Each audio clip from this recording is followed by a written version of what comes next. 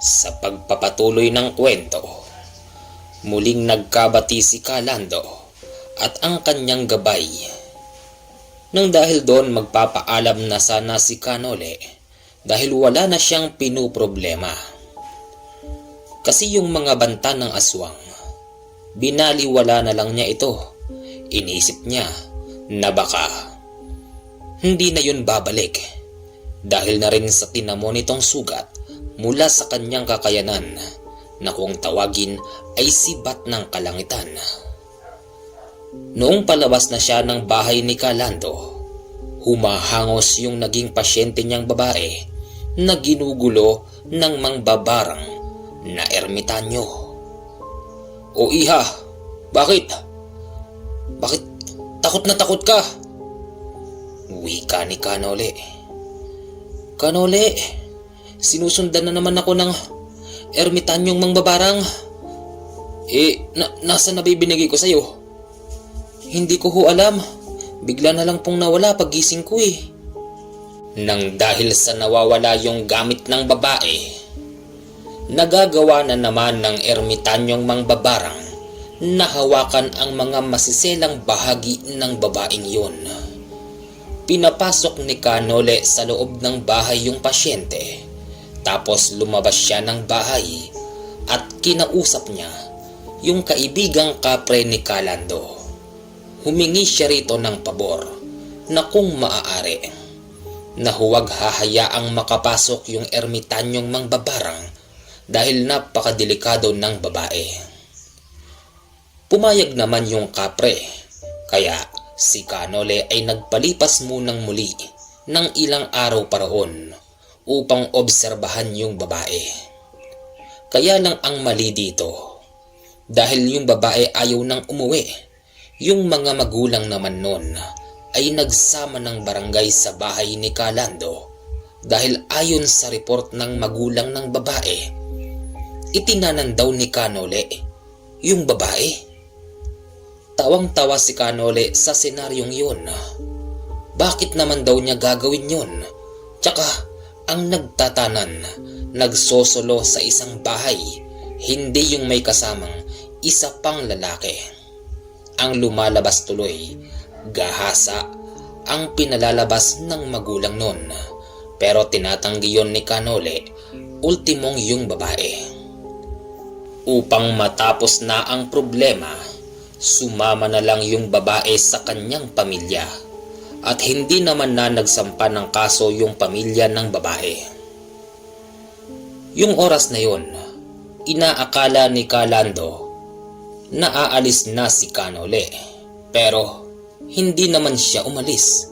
Pinagtatakahan yon ni Calando kasi tapos naman na ang problema at pagkatapos daw nun si Calando ay sasama na sa kanyang nabuntis na diwata. "Canole, akala ko aalis ka na. Kapag alis mo, aalis na rin sana ako. At sasama na ako sa nabuntis kong diwata. Ikaw na rin ang nagsabi na delikado pa rin ako dito kahit wala nang banta ng mga gabunan." "Calando, sige, pwede ka nang umalis. Ako na munang bahala rito sa bahay mo. At pag alis ko, yung kaibigan mong kapre ang siyang magbabantay na rito." "Pero teka lang, sandali lang, Canole. Bakit ba ayaw mo pang umalis? Ano pa bang iniisip mo?" "Magkaiba tayo ng iniisip, Calando. Yung iniisip ko, yung ikabubuti ng babae." Hindi ba yung babae inuwi na? Ano pang iniisip mo, Canole?" "Hindi mo pala naiisip ang naiisip ko, Calando. Sige na, magtungo ka na sa lugar ng iyong mapapangasawa. Baka sakaling matuto ka na sa buhay." Hindi pa rin umalis noon si Canole at hindi rin umalis si Calando dahil gusto nilang pagtulungan yung nakaambang panganib mula sa ermitanyong mangbabarang. Hindi nga nagkamali si Canole dahil yung pamilya ng babae ay nagagawang kontrolin ng ermitanyong mangbabarang. Nag-oobserba lang ito. Mismong si Canole na ang nagtungo sa bahay ng babae at nakita niyang yung ermitanyong mangbabarang ay naroroon sa tabi ng babae. Ang nakapagtataka, imposibleng hindi naman ito nakikita ng pamilya ng babae maging yung pasyenteng babae. Nagulat pa nga ang mga yon nang pumasok si Canole sa loob ng bahay ng pasyente. "Mawalang galang na ho. Magandang gabi po," wika ni Canole. Pilit siyang pinaalis ng magulang ng pasyente dahil hindi na raw siya kailangan. Hindi naman na daw nanggugulo yung ermitanyong mangbabarang kaya't wala na raw problema. At kung hindi raw aalis si Canole, tatawag na ito ng barangay upang siya ay hulihin at kasuhan. Hindi nila nasindak si Canole nang dahil dito ay nagmatigas siya. Sinabi niya na gawin nila ang gusto nilang gawin basta ang kanyang pakay ay ipapatupad niya ngayon. Hanggang sa nagwika si Canole ng ganito. "Ermitanyong mangbabarang, talagang wala kang kadala-dala, no? Kung ako sa iyo, hanggat nagiging mabait pa ako, umalis ka na. Tsaka hindi ka man lang ba nahihiya sa sarili mo? Kay tanda-tanda mo na, ang dalagita pang wala pang kaalam-alam sa mundo ang tinatarget mo. Hoy, bago ako umalis dito sa Siquijor, nakapag-iwan na ako rito ng pangalan na hindi malilimutan ng taong nakasaksi. Ngayon, kung ayaw mong maidagdag sa mga natigok ko rito, pues umalis ka na." Nang dahil sa hindi naman nakikita ng magulang ng kanyang pasyente yung kinakausap niya, para itong tanga na para bang wala namang kausap. Hanggang sa yung ermitanyong mangbabarang na nakatabi sa babae, tumayo ito at lumabas. Hinahamon nito si Canole na pumunta sa likuran dahil dito raw ay meron silang pag-uusapan. "Sige, mag-usap muna tayo. Yan naman ang gusto ko eh. Kausapin muna ang kalaban bago kitilan ng buhay. At kapag pinalad ka at naging yang dahilan mo sa akin ay makatotohanan, baka hindi pa kita tigukin." Sa totoo lang, kaibigan, ang totoo ay totoo. Dahil totoo, ang aking ginagawa ay totoo. Hoy, ano ba? Nililito mo ako ah? Anong totoo? Konting lamig lang. Ang ibig kong sabihin, kaya ako binabantayan ng babaeng yon, hindi para maging akin. Kaya ko siya binabantayan dahil siya ay inaalihan ng mataas na uri ng nasa ilalim ng lupa. Ano? Ikaw ah, huwag mo nga akong niloloko. Kung ganon, mahina ka, albularyong dayo. Hindi mo pala nakikita yung nakabantay sa babaeng to. Isang aninong itim ang umaali sa kanya at naniniwala ko na yon ang aking tinutukoy. Alam mo, hindi ko talaga alam yung sinasabi mo kasi wala naman eh. At kung meron, hindi yan makakalusot sa aking mga mata.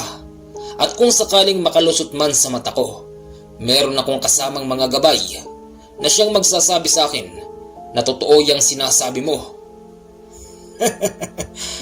Mahinang klase.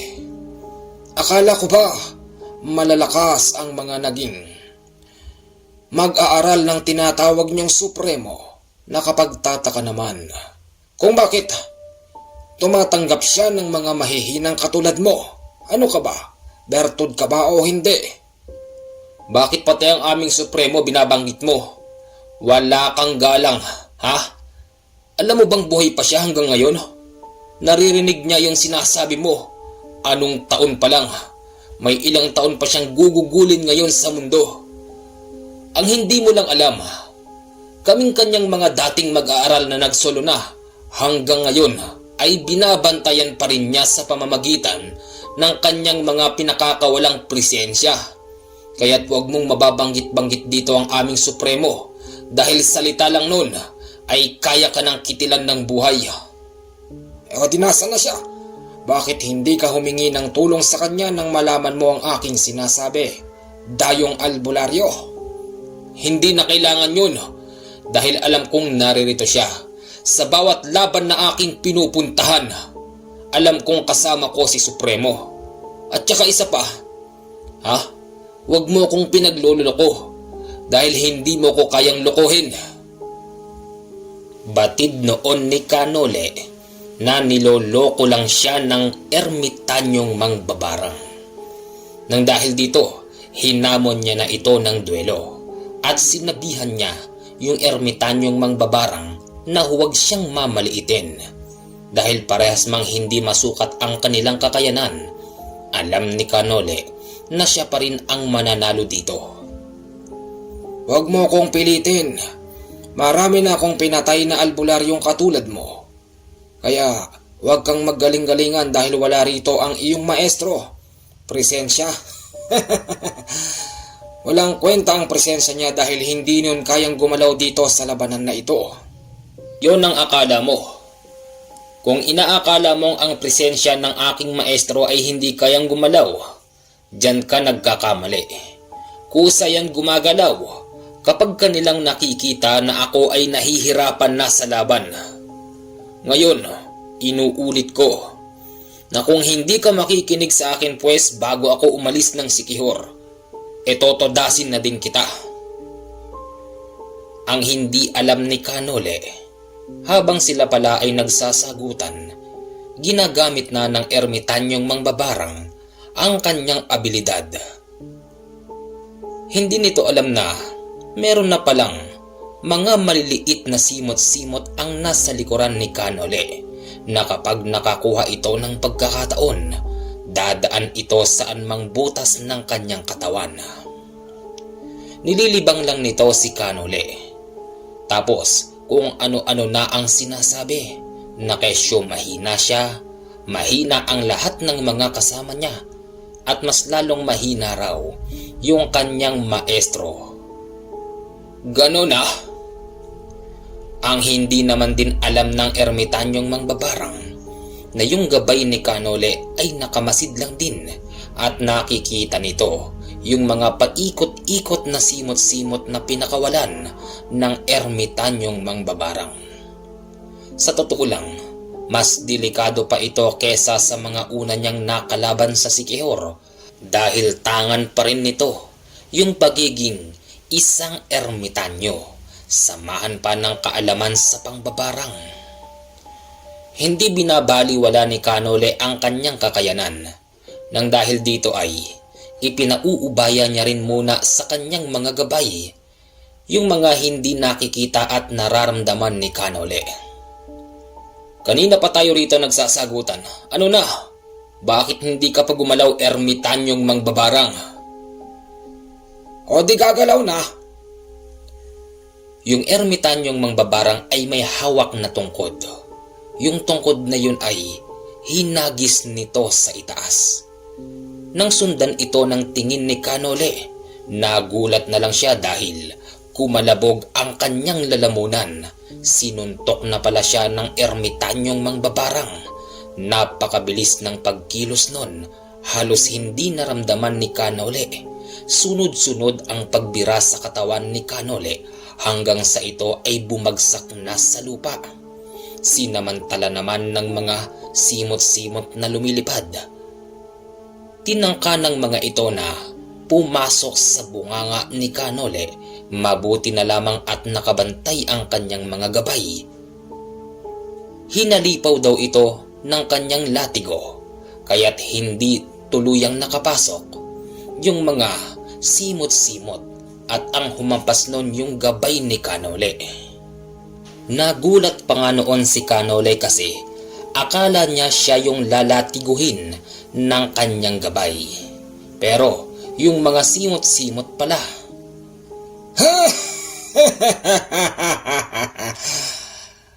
Akala ko ba malakas ka? Wala, mahina. Isang pagkakamali mo pa, Dayo.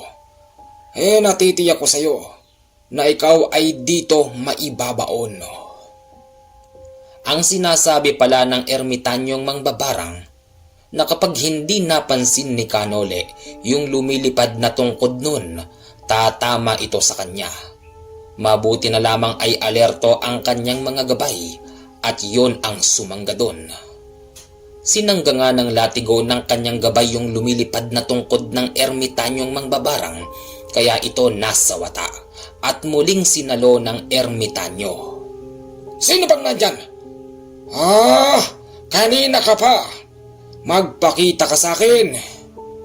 Wika nun. Hindi pala nakikita ng ermitanyong mangbabarang yung gabay ni Canoleng, kanina lang palutang-lutang. Yan ang sinasabi ko sa'yo. Anong mahina? Kung akala mo ganun-ganun lang ako, pwes diyan ka nagkakamali. Sige na. Alam ko naman na lahat ng mga pwede mong gawin ay ginagawa mo na. Dahil lahat ng klaseng paglilinlang ay nasa iyo na. Nang dahil sa napatay ng gabay ni Canole yung lumilipad na simot-simot, muli na naman itong nagpakawala mula sa kanyang kamay ng isang maliit na hayop na hindi rin basta makikita ng mga mata ng tao. Nagpalipad ito ng maliit na insekto na halos mas maliit pa ng konti sa lamok na kulay itim.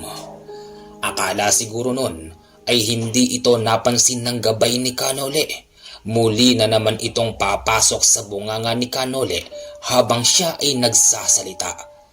Nagulat na lamang siya kasi biglang humambalos yung latigo ng kanyang gabay papunta sa kanyang bunganga at ang tinamaan yung maliit na insekto. Naiinis na ako! Sino bang nandyan? Wika ng ermitanyong mangbabarang na galit na galit na. Ano? Mahina ba ka mo? Ay nako. Tama nga ang hula ko na bago ko umalis dito sa Sikihor, makakapatay ako ng mataas na uri ng ermitanyo na may kakayanan mangbarang. Hindi pa ako gumagalaw niyan. Gabay ko pa lang. Pero pag ako na ang gumalaw, matakot ka na. Nilabas ni Canole ang kanyang espada at nang makita ito ng kalaban niya, umaatras ito ng paunti-unti na animoy nakakita ng malaking taong papatay sa kanya. Oh, huwag ka nang umatras. Halika rito. Tapusin na natin to. Total, hindi ka rin naman nakikinig sa akin, di ba? At pinalalabas mo pa na nakikisawsaw ang ibang mga elemento rito. Walang ibang nakikialam kung hindi ikaw lang.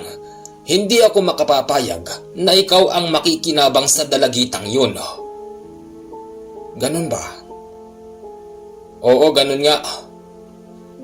Ang ginamit ng mangbabarang na panangga sa hawak ni Canole na espada, yung kanyang tungkod na nagiging ahas. Nagulat noon si Canole kasi hindi niya akalain na yung tungkod ay biglang naging ahas, at sa tuwing hahalipaw si Canole sa kanya gamit yung espada, sinasalo ito ng bunganga ng ahas. Hindi naman napuputol yung ahas at hindi rin nasusugatan. Para siyang goma na tumatalbog lang yung talim ng hawak ni Canole. Ano na? Parang palagay ko, pantay yata ang labanan. Walang mananalo sa atin kapag kaganyan. Siguro mas mainam, bitawan natin ng ating mga hawak na sandata at magkamay-kamay na lang tayo. Hoy Dayo, huwag mo kong mamaliitin. Kahit matanda na ako, kaya kitang pabagsakin. Bakit sinabi ko ba? Sinabi ko bang hindi mo ako kayang pabagsakin? Pwes, tignan mo ito. Sa tabi ng ermitanyong mangbabarang ay merong isang malaking puno na hindi kayang akapin ng 3 tao. Maniwala kayo o hindi. Yung ahas ay naging muling tungkod at yung tungkod ay itinarak niya sa malaking puno sa tabi niya. Natibag yung puno, Commander. Nagbitak ito mula sa itaas papaibaba kung saan niya tinarak yung kanyang tungkod at bumagsak ng tuluyan yung puno. Muntik pang madaganan si Kanole, mabuti na lamang ay madali itong nakaalis. Nang dahil sa nangyaring yon, yung mga tao sa harapan ng bahay ng kanyang pasyente ay mga nagtakbuhan sa likuran. Nagulat ang mga ito dahil bumagsak yung malaking puno sa likuran. Anong nangyari? Meron bang tumamang kidlat? Wika ng matanda. Wala hong kidlat. Heto ang inyong nakita. Itinataas ng ermitanyong mangbabarang yung kanyang tungkod. Sinasabi niya na ito raw ang dahilan kung bakit bumagsak yung malaking puno. Dahil sa hindi naman alam ng mga tao roon kung ano bang ibig sabihin nun, mas lalo pa silang lumapit dahil sa pag-aakalang nag-uusap lang si Kanole at yung ermitanyong mangbabarang. Sinamantala naman noon ang pagkakataon. Lahat ng mga taong lumalapit ay gusto niyang papasukan ng kanyang mga alagang insekto at nang sa ganon, dito mangingitlog ang kanyang mga alaga at unti-unting kakainin ang laman ng mga tao. Hindi siya nagtagumpay dahil nakabantay pa rin ang mga gabay ni Kanole. At nung masawata ng mga gabay ni Kanole yung pinakakawalang barang ng kalaban, ang ginawa niya, sinabihan niya yung mga taong lumayas na silang lahat dahil kapag hindi sila umalis, tiyak na madadamay na sila. Hindi pa rin naniniwala ang mga yon, kaya't gumawa na ng paraan si Kanole. Umalis na ho kayo! Madadamay kayo rito! Teka, ano yun? Wika niya. Yung tinuturo ni Kanole ay yung gabay na kapre ni Kalando dahil tinawag niya ito nang makita yon ng mga tao katanghaliang tapat. Nagulat sila at nagsigsitakbo. Yan lang palang bagay sa inyo. O ikaw, ano na? Sa akin na to. Kaibigan ko na siya na kaibigan ni Kalando. Mamili ka. Dalawa kami o ako lang? Kahit magsabay pa kayong dalawa, wala naman kayong magagawa sa akin. Aba talagang nasobrahan ka ng kayabangan sa katawan, ano? Hindi rin nagustuhan ng kapre yung sinasabi ng ermitanyong mangbabarang. Dali-dali itong kumilos habang hawak nito yung kahoy na tulis-tulis. Agad niyang hinampas yung matanda pero sinangga ito ng kanyang tungkod. At yung tungkod na yun, ang siyang naging panangga ng ermitanyong mangbabarang. Tapos yung kahoy na ginamit ng kapre ay bigla na lamang nalusaw.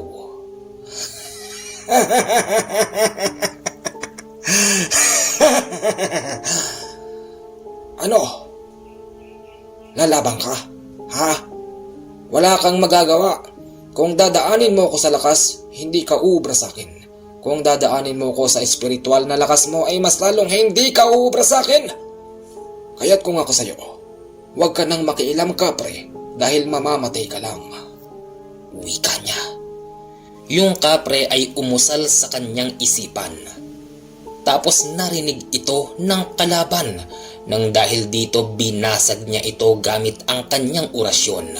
Kaya ang nangyari sa kawawang kapre ay bigla na lamang itong nahiga sa lupa at nawalan ng buhay. Tapos yung mga nagliliparan na mga maliliit na insekto ay pumasok sa loob ng katawan ng kapre. Anong ginawa mo? Napakasama mo! Wika ni Kanole. Masama na kung masama, pero sa lahat ng ayoko, yung nakikialam, yan ang nararapat sa kanya. Panoorin mo, Dayong Albularyo, kung paano kainin ng aking mga alaga ang kanyang laman.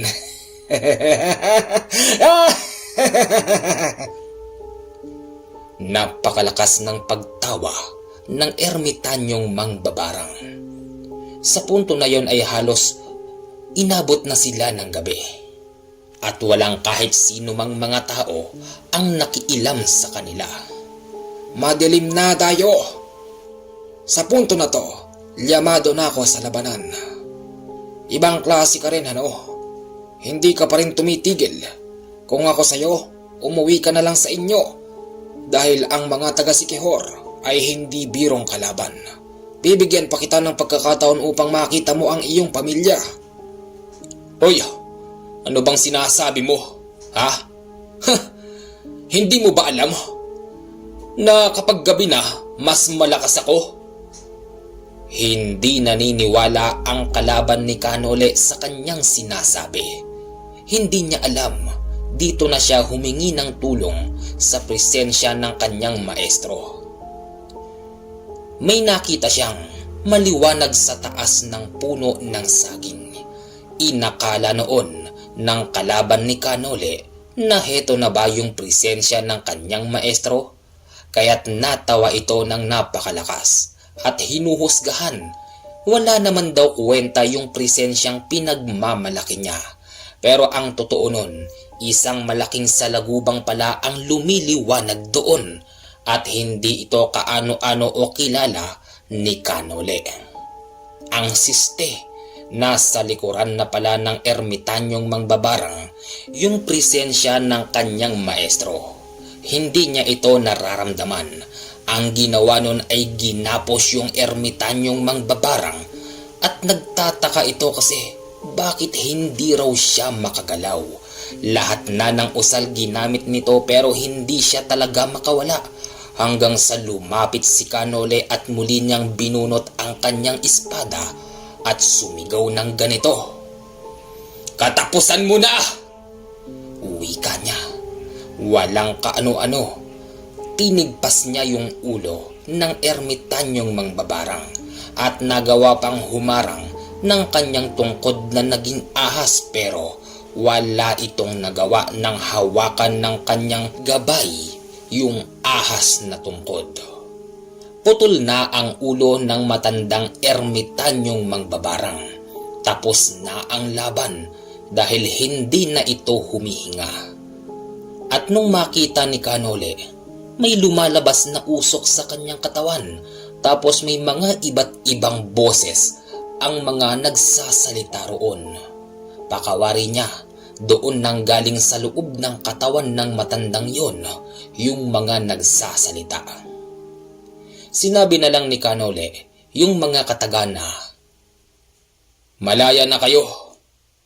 Ako lang pala ang kailangan para matapos ang pagpapahirap sa inyo ng ermitanyong mangbabarang. Patawarin niyo ako dahil ngayon lang ako napadpad dito. Wika niya.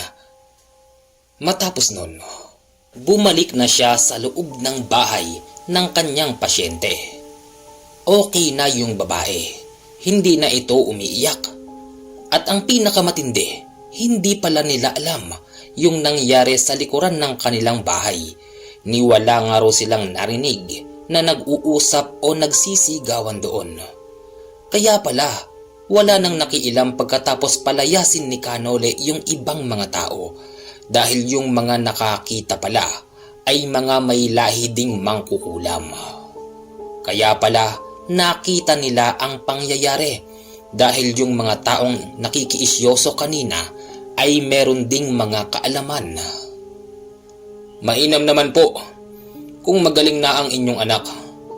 Tapos na ho ang aking pakay dito sa Siquijor. Uuwi na po ako sa aking probinsya. Iha, heto, kunin mo ito.